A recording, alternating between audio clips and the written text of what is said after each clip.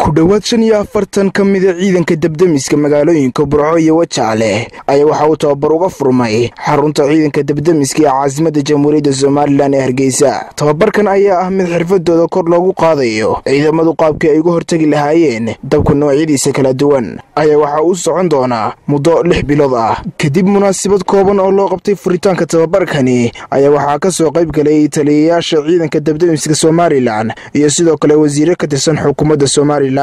ugu horreyn waxaa halkaasi ka hadlay taliyaha ciidanka dabdamiska Soomaaliland Axmed Maxamed Xasan Sawaaxili isaguna dhiirigelin iyo talooyin u soo jeediyay ciidamada tababarku u furmay. waxaana ka mid ah hadaladiisii ciidankii ugu horeeyay dabdamiska qaranka ee Soomaaliland uu yeesho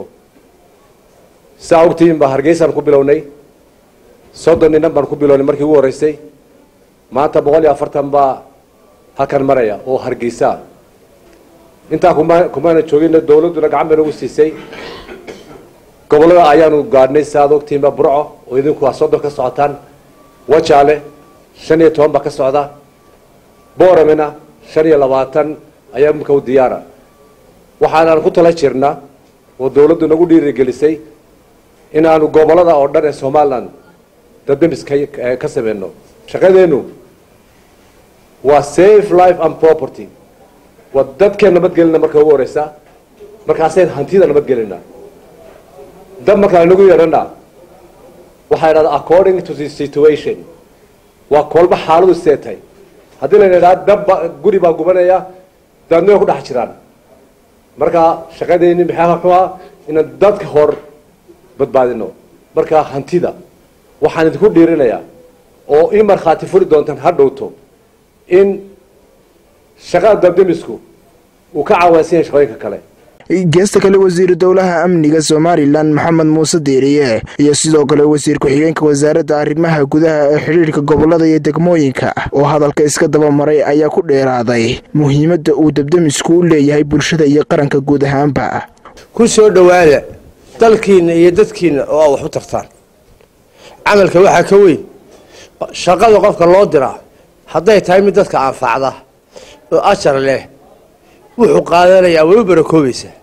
cadawada koodan waxa la iska celi karaa cadawga dabka iyo daadka iyo duufaanadu waa afabada waxaan idin kula dardaarmaya daqiiqad horta bal inta tababar ku jirtaan daqiiqad horta darasha ku dhaafaa waxa weeyaan gaashaan iyo waran aad iska celi lahayd dabka oo ku dhaafay laba iyo badba xaruntan furay ama ay muxuu ahaa asaaskii bilaabmay maantana midhaha soo sartay waa arkaysaa dawladda xisbigani muxuu ahaa iskulmiye uu ka dhalan doontay kalena halkaasay jaajuurkii dad soo doona wax looga baahan yahay qof walba halku taagan yahay inuu ka sii kordhiyo oo uu wax ku sii daro sidaasay qaranku hana qaada oo ku dhasha waxa aynu la magacnahay ama aynu ku dheerarsanaynaa ama aynu doonaynaa inaynu hiigsano dawlado kumanaan sano jiray oo taariikhdooda soo jireen ahayd laga soo bilaabo casriyadii hore qaar aan dumin